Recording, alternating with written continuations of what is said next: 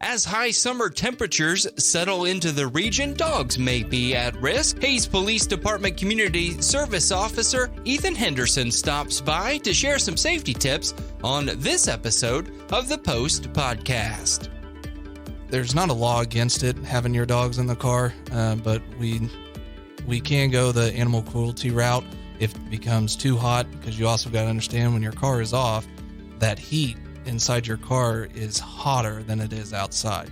So we want to make sure that if you are going somewhere and you plan on taking your dog, try to leave your car running if you can.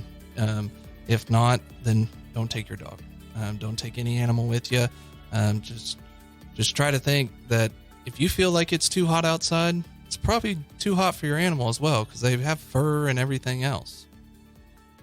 And it can get really hot, especially in a sealed up closed vehicle in the sun. It gets like incredibly hot, incredibly fast, right? Yeah. I mean, there's tons of videos out on YouTube of, I've seen a couple of professional athletes that have sat in cars where it's 100 and some degrees outside, but inside their car, it's twice as what it is outside.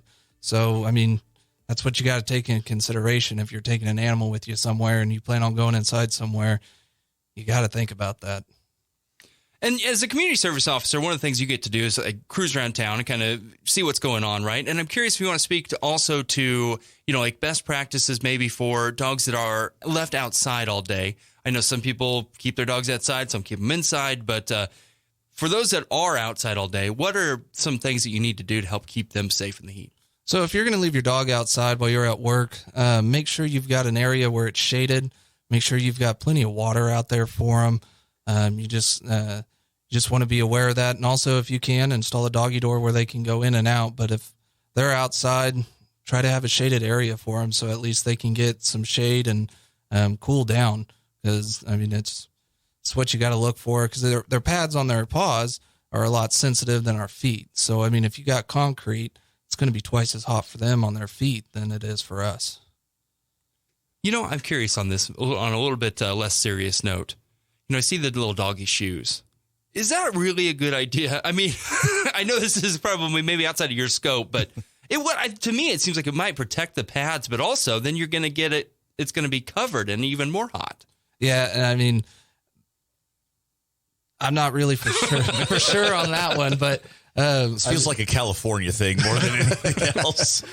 I mean, it's always worth a shot. I mean, if you can find dog shoes out there that are actually built for coolness, I mean, give it a shot, see what happens.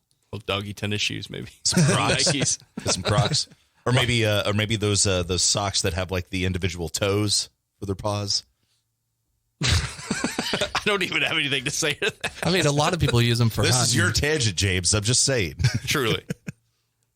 But yeah, I mean, I think about, how hot that, because you're right, that concrete. And if you, like, I remember somebody at some point said, put your hand on it, because most of us are wearing shoes in the summer. I think if we're walking on concrete, right? But if you put your hand on it, you feel that. I mean, that's what they're feeling on their feet, and they don't have a choice. They're standing on it, yeah, or laying on it if they're trapped in an enclosure. Yeah, and I mean, if you think about it, when you go to the city pool and you're walking on the concrete where there hasn't been any water, you're walking barefoot. I mean, that's how hot it is for them. Maybe even worse because of their pads on their feet.